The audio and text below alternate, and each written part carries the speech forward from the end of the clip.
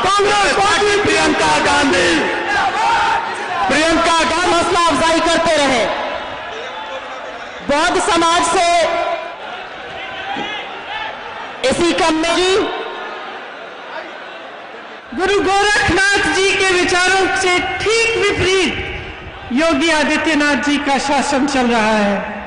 गुरु गोरखनाथ जी कहते थे, मन में रहीना भेद न कहीना, बोलिवा अमृत वाणी, अगिला अग्नि होएवा हे अवधू, तो आपन होएवा पानी। लेकिन आज ये सरकार जनता के प्रति आग उगल रही है, हर रोज जनता पर आक्रमण कर रही है।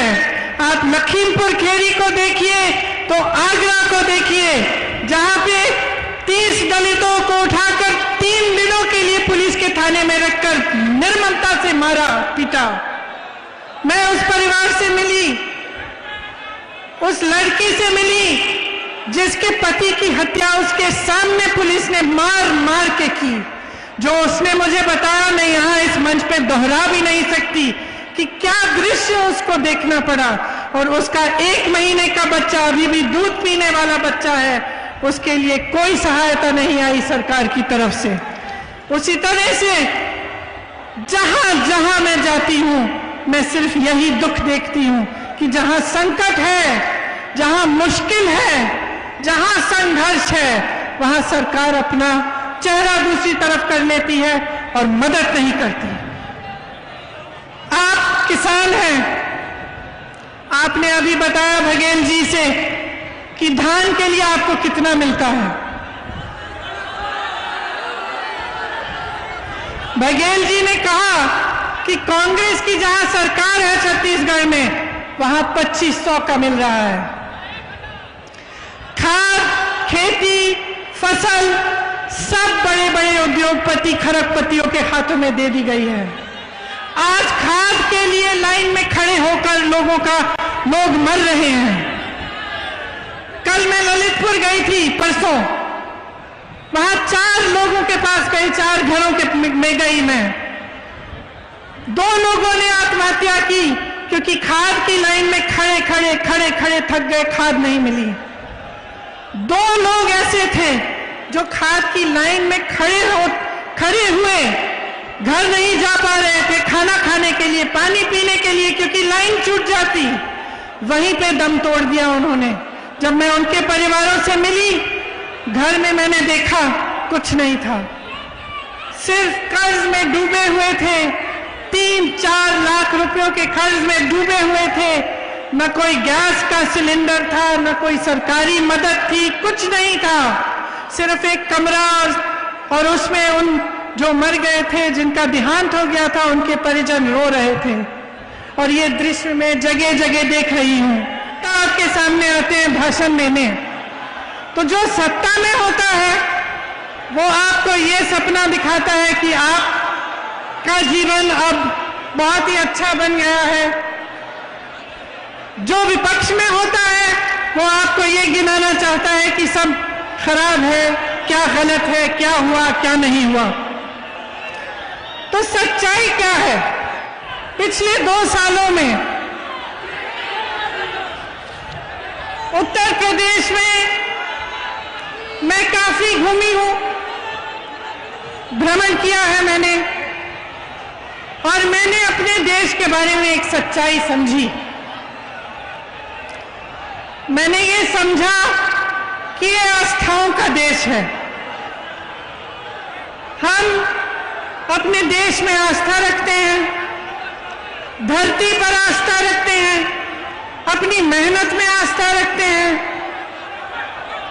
अपने धर्म में आस्था रखते हैं, और अपने नेताओं में भी आस्था रखते हैं। हम जब अपने नेताओं में आस्था रखते हैं तो हम ये आस्था रखते हैं कि हमसे जो कह रहे हैं, जो हमारे लिए करने जाएंगे, वे सच्चाई से, समर्पण के साथ और निष्ठा के साथ करेंगे।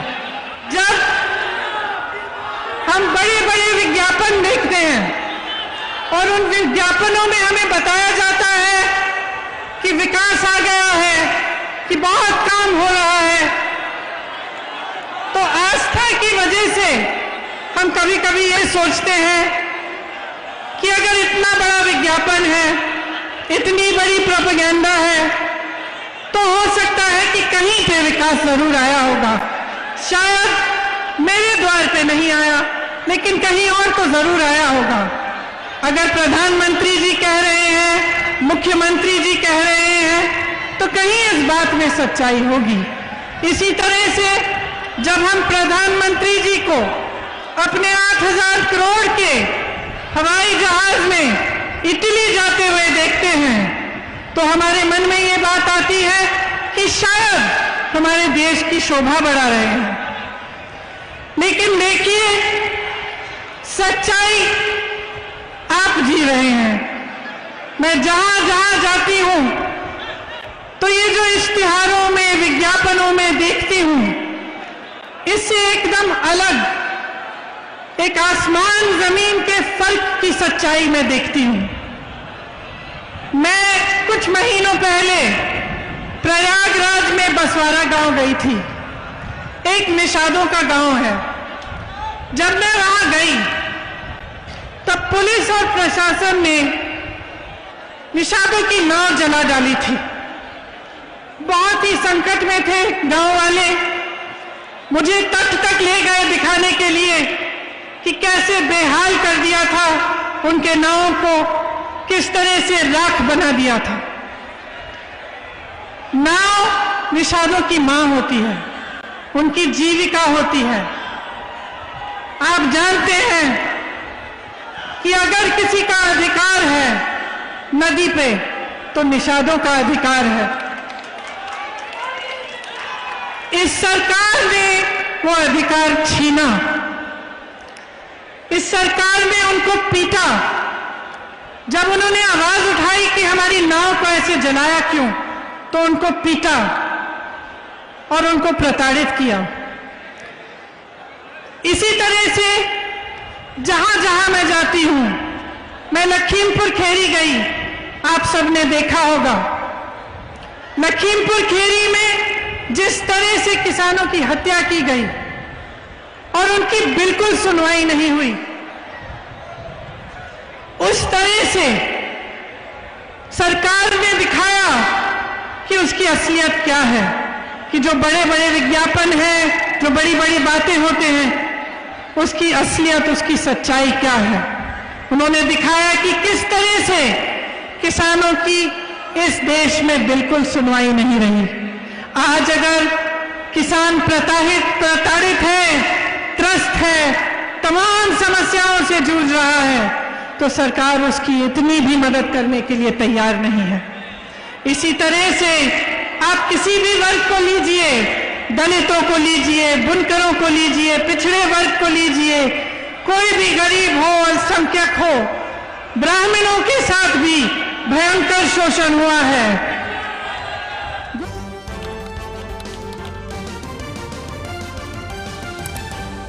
आपकी आवाज